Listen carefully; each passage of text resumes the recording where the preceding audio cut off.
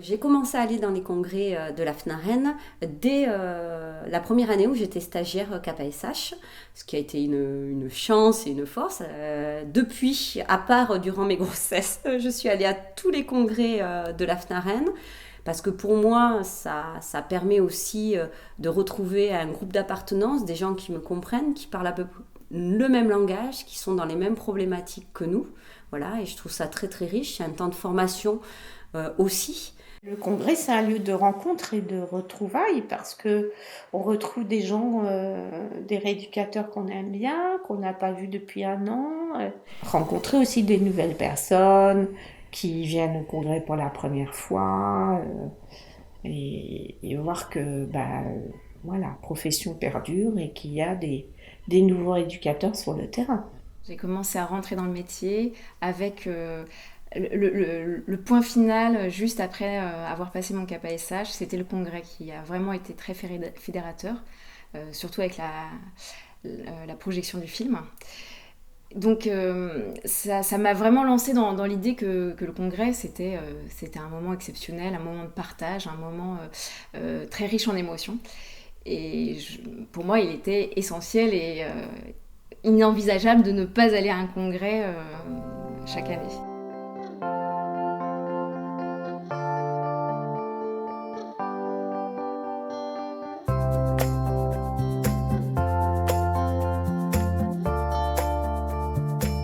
C'est une expérience formidable. Ça va peut-être être bouleversant, ça va demander peut-être un peu de temps, puis on a quand même des gens bien motivés et qui sont porteurs d'un super projet. Et donc oui, non, ça se refuse pas une opportunité comme ça. C'est vrai que ça fait 2 ans de Covid, donc il y a le manque d'échanges, de retrouvailles, de réflexions communes. Et je vois qu'il y a du possible quand on est motivé, quand on a cette envie. C'est une aventure fabuleuse. Ça dure 2 ans normalement, en préparation de congrès. Voilà, c'est super.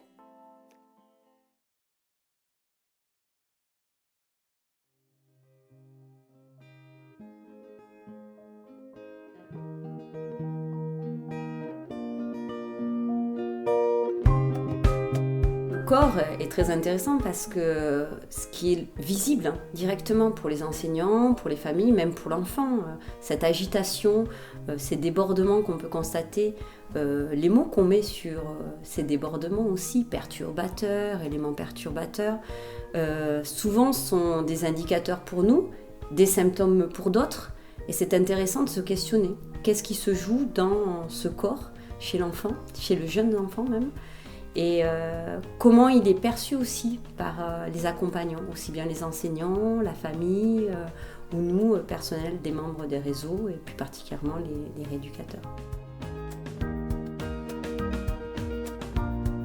Le corps en rééducation a une très grande importance. Il faut passer par là au début. Je pense qu'au début des séances de rééducation, quand on reçoit un enfant, il a besoin de ça. Il a besoin de sentir son corps.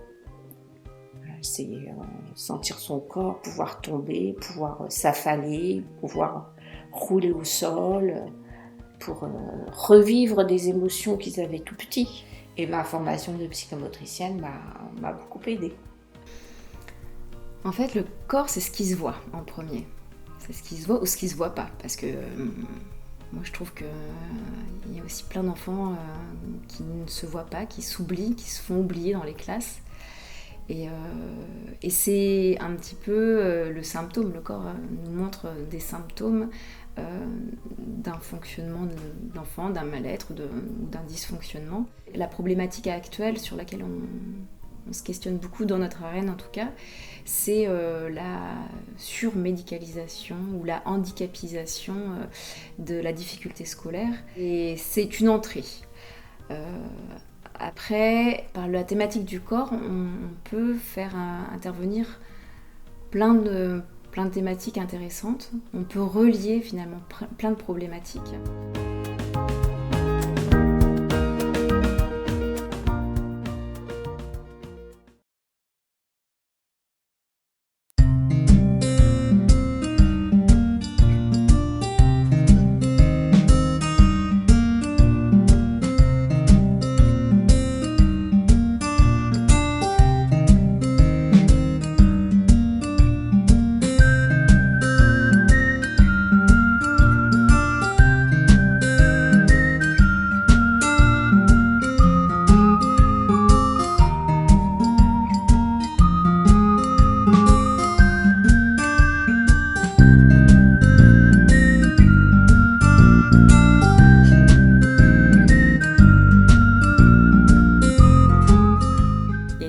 la chance aussi d'avoir un lieu extraordinaire qu'est Gaillac et qui rayonne aussi bien dans les autres départements de l'Occitanie qui sont le Tarn-et-Garonne, la Haute-Garonne, le Lot ou le Tarn. La qualité de Gaillac, c'est une petite ville où tous les lieux qui sont importants sont à faire à pied.